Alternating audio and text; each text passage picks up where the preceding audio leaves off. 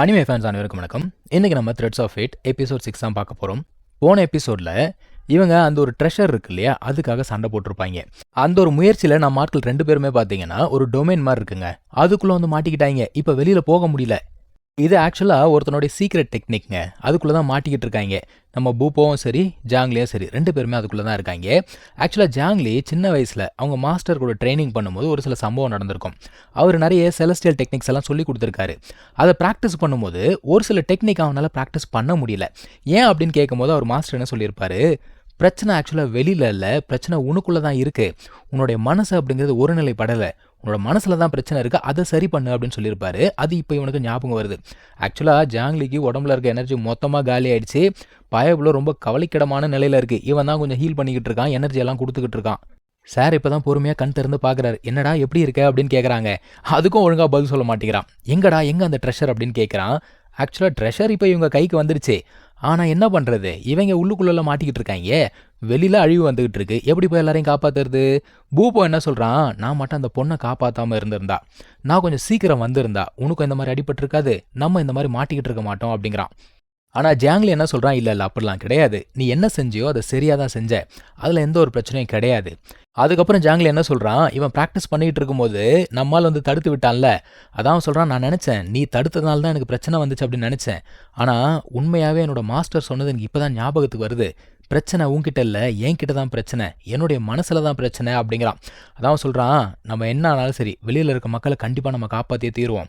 உன்னுடைய ஆர்ட்ஸ் இருக்குது, என்னுடைய ஆர்ட் இருக்குது, 2 பேருமே ஒன்றா சேர்ந்து பண்ணோன்னா கண்டிப்பாக ஜெயிக்க முடியும் அப்படிங்கிறாங்க.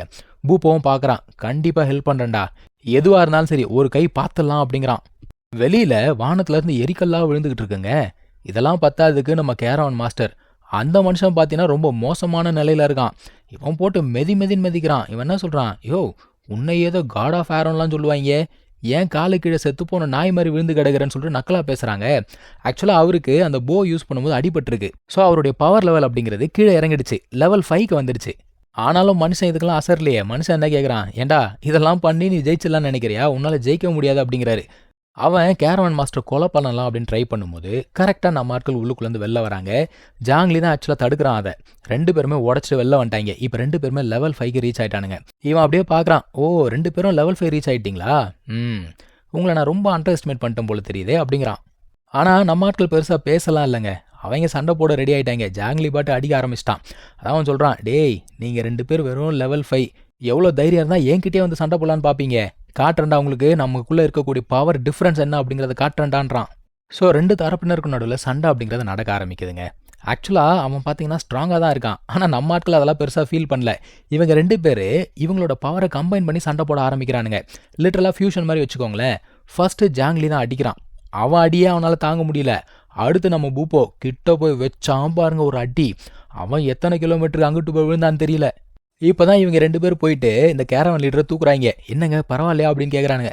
அட விடுப்பா, என்னால் இன்னும் சண்டை போட முடியும்பா அப்படிங்கிறாரு அவரு. இப்போது இவன் கேட்குறான் ஜாங்லி, அதெல்லாம் சரிங்க, இத்தினோடு ட்ரெஷரு எப்படி இவ்வளோ பெரிய பிரச்சனையை சரி பண்ணும் அப்படின்னு கேட்குறான். ஆக்சுவலாக இந்த ட்ரெஷர் என்ன தான் பார்க்கறதுக்கு குட்டியாக இருந்தாலும் இதுக்குள்ளே பார்த்தீங்கன்னா ஒரு பெரிய ஸ்பேஸ் இருக்குங்க. அது கொஞ்சம் கொஞ்சமாக பெருசாகிக்கிட்டே இருக்குது. இது ஒரு மேஜிக்கல் ட்ரெஷர் இல்லை. அவர் என்ன சொல்கிறாரு, அந்த கோர் இருக்குது பாருங்கள், அதில் தான் வந்து பயங்கரமான எனர்ஜி இருக்குது. கொஞ்சம் நெஞ்சம் கிடையாது, ஏகப்பட்ட எனர்ஜி.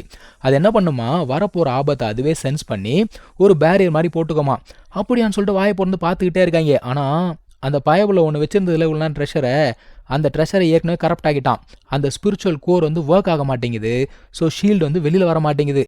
ஐயோ இதனடா வம்பா போச்சு அப்படின்னு பார்த்துட்டே இருந்தா திடீர்னு வானத்துல இருந்து செலஸ்டியல் ஃபயர் விழ ஆரம்பிக்குமா. அது விழுந்து அங்கே இருக்கவங்க ஏகப்பட்ட பேர் இறந்து போகிறாங்கப்பா. ஆனால் இந்த பயபுள்ள இருக்கான் பாருங்க, அவன் மட்டும் சந்தோஷப்படுறான்.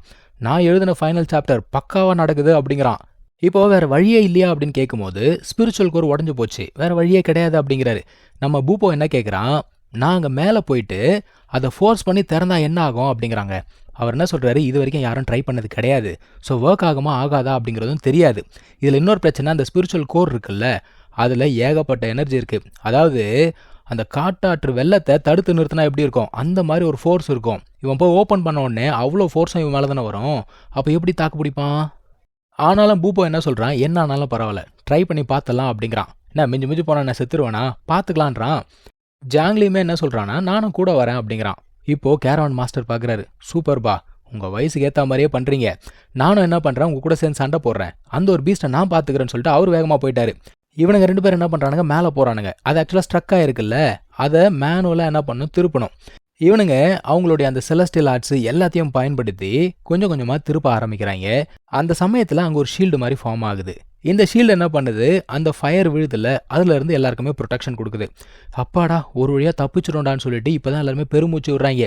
யாரா நம்மளை காப்பாற்றுனது அப்படின்னு எல்லாம் மேலே பார்க்குறாங்க. நம்ம ஆட்கள் 2 பேருமே அதை கஷ்டப்பட்டு பிடிச்சி திருப்பிக்கிட்டே இருக்காங்க. ஏன்னா இது ஒன்றும் முடியல, அதை கம்ப்ளீட்டாக ஓப்பன் பண்ணணும். ஆனால் நம்ம ஏற்கனவே சொன்ன மாதிரி இது ரொம்ப ரிஸ்க்காக இருக்குது. பூப்போவால் சுத்தமாக முடியலங்க. அதான் ஜாங்லி சொல்கிறான், டே முடியலனா விட்டுறா அப்படிங்கிறான். மேபி நம்ம இவ்வளோ கஷ்டப்பட்டு இவ்வளோ தூரம் பயணம் பண்ணி வந்தது இந்த இடத்துல சாகணும் அப்படின்னு தான் இருக்கு போல. மேபி இதான் நம்ம விதி போல அப்படிங்கிறான். அந்த சமயத்தில் பூப்போட மைண்டுக்குள்ளே என்ன நடக்குது அப்படிங்கிறத காட்டுறாங்க. அவனுடைய ஒரு அவதார் மாதிரி வந்து அவன்கிட்ட பேசுதுங்க. என்னடா ரொம்ப வலியாக இருக்கா அப்படின்னு கேட்குது. அதாவது அவன் உடம்புல இருந்து அந்த நெயில்ஸை பிடுங்கி எடுத்தான்ல, அது என்ன சொல்லுது, அந்த நெயில்ஸை நான் பிடுங்கி எடுத்தேன்ல, அதை விடவா அவனுக்கு வலி அதிகமாக இருக்குது. ஆனால் எவ்வளோ வலி எடுத்தாலும் நான் வந்து கைவிடாமல் தானே இருந்தேன். எதுக்காக, இப்போ நீ இந்த இடத்துல வந்து கீழே விழறதுக்காகவா அப்படின்னு சொல்லிட்டு கேட்குது. ஸோ அதை பேசி முடிச்ச உடனே இவனுக்கு ஒரு கிளாரிட்டி கிடைக்குதுங்க. ஏன்னா இந்த இடத்துல சாகிறதுக்காக இவ்வளோ கஷ்டப்பட்டு வந்தோம், இவனுக்கு ஒரு மிகப்பெரிய சுமை இருக்குது.